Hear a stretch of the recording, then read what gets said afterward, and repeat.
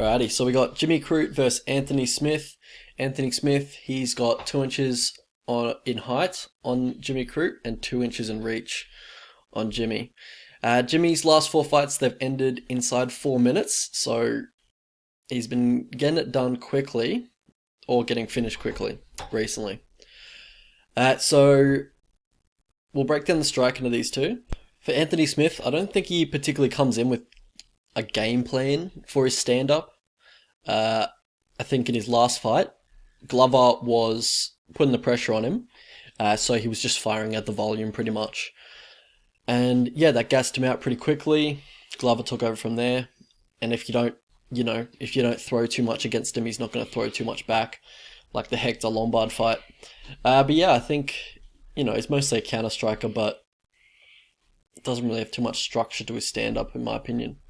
For Jimmy Crute, he is mostly a boxer. He stands pretty tall for a boxer, but he has that nice counter too. His lead hand does hang low at times.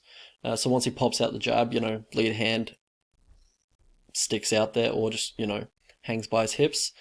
And I'd imagine he's on the front foot here. Anthony Smith usually doesn't mind fighting off the back foot.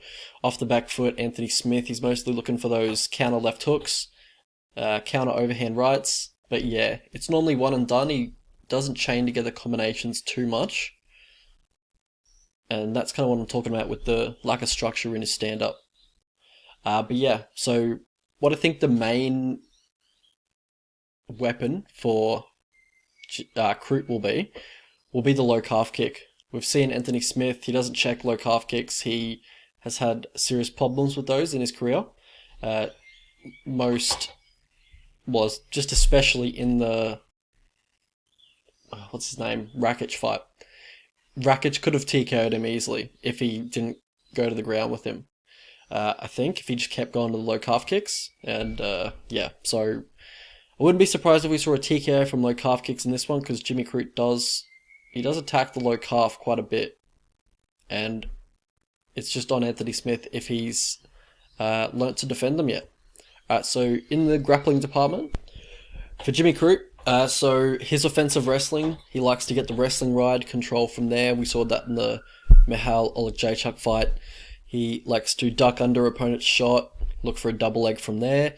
Tries to cheat a lot of the finishes on his takedowns. He tries to finish a lot of his takedowns on his knees, which will probably work against a guy like Anthony Smith, who doesn't have the greatest takedown defense. But if you face a guy like who is even in the top 10 of middleweight, I don't know, like Thiago Sant, or not Thiago Sant, a bad example, but like Alexander Rakic, you try to cheat the finish on him, he'll stuff the takedown. And yeah, so Anthony Smith, he does let opponents get like a grip around, just get the grip around his hips really easily. He doesn't really fight for underhooks too hard. He doesn't set up his double leg when he shoots takedowns, and he shoots it from a far distance. But yeah, just in general, he lets opponents control him in the wrestling transitions and the wrestling positions a little too much, in my opinion, especially in the body lock position and the wrestling ride. If you get that on him, he won't fight really hard for underhooks. He'll just let you control him there pretty much and lose minutes in the fight.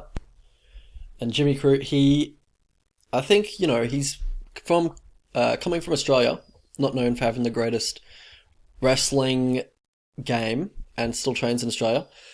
But yeah, he seems to have really good, understanding of head position and pressure on the cage, knows where to bear his weight. He's good at ending up in on top in 50-50 scrambles. He did that a few times in the Serkinov fight. Serkinov's, he's got pretty good scrambles himself. But yeah, I think he has better scrambles than Anthony Smith. He'll be able to beat him position to position. But yeah, if he does get on top, he looks to obtain mount. He's not a huge back taker, so you can kind of give your back to him without too much repercussions, except he will look for that wrestling ride and then the control from there. But yeah, once he is on top, he'll look for the Kimura from side control, or he'll just look to be in mount and look to pound you out pretty much. Alright, so skipping a bit. So how these guys win fights Where am I? One sec. So for Jimmy Crute, he is fast for 205. You know, he gives up a little bit in size, but he does have quite fast hand speed for 205, and he's got power in both hands. For Anthony Smith, he's very durable. You know, he's able to take a fair bit of punishment. He's got considerable power in his right hand. He's got killer instinct, knows when to go for the finish, and he's dangerous at any time in the fight. Really, like he's got. You can never really count him out. He's always got that one punch knockout power. He's always got those, you know, vast arsenal of submissions up his sleeve. But yeah, he can be a little passive on the feet. He can be a little passive in the grappling transitions. You know, he's not a guy who's going to beat you minute by minute. He has poor cardio. He has pretty average takedown defense. Yeah. And for Jimmy Crute, his takedown defense isn't the best. While, it is improving, but just the way he throws his punches and the way he stands so tall, his opponents can duck under, shoot a double leg on him.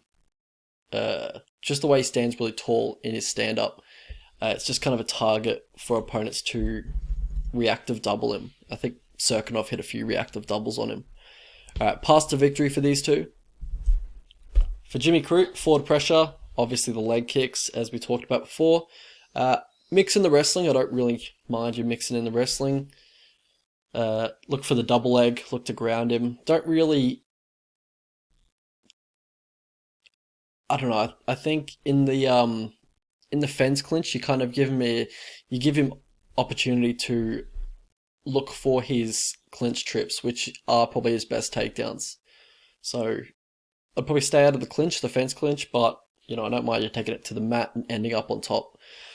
For Anthony Smith, keep the distance, the jab, the 1-2, as you were at the start of the Glover fight, but just relax on the volume and pace yourself a little bit.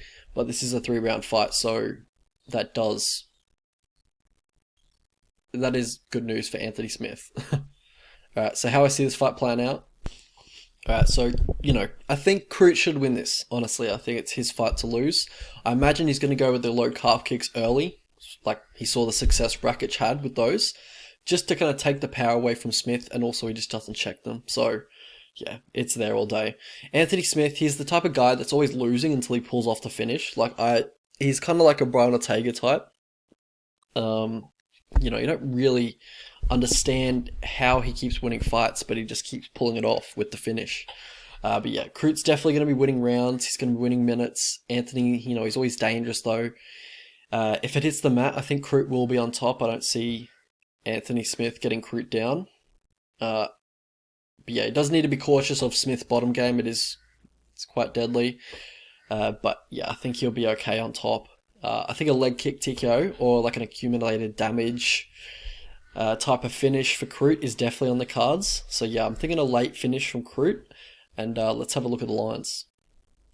Alrighty, so the line has Jimmy Crute as a, moderate fave. I think he should be a little bit of a bigger favorite than this. Honestly, I think he should be around $1.40 or minus 160 for American viewers. I just think he wins this a lot of the time. I don't think Anthony Smith wins a decision pretty much ever in this one. I think if you're going to play Anthony Smith, you might as well just play the inside the distance line. It's probably going to be roughly the same as his money line, but I don't see him winning a decision. He's just not that type of fighter. He doesn't win rounds. You're kind of banking on him scooping out a finish here, in my opinion. Although 3 rounds does favour Anthony, but I still think Crute's going to really hurt him with the leg kicks. Probably finishes him late. But the Crute money line, there's probably enough value on that anyway. So I'm just going to play the money line for Jimmy Crute. I think he wins this, and I think there's a bit of value on it still.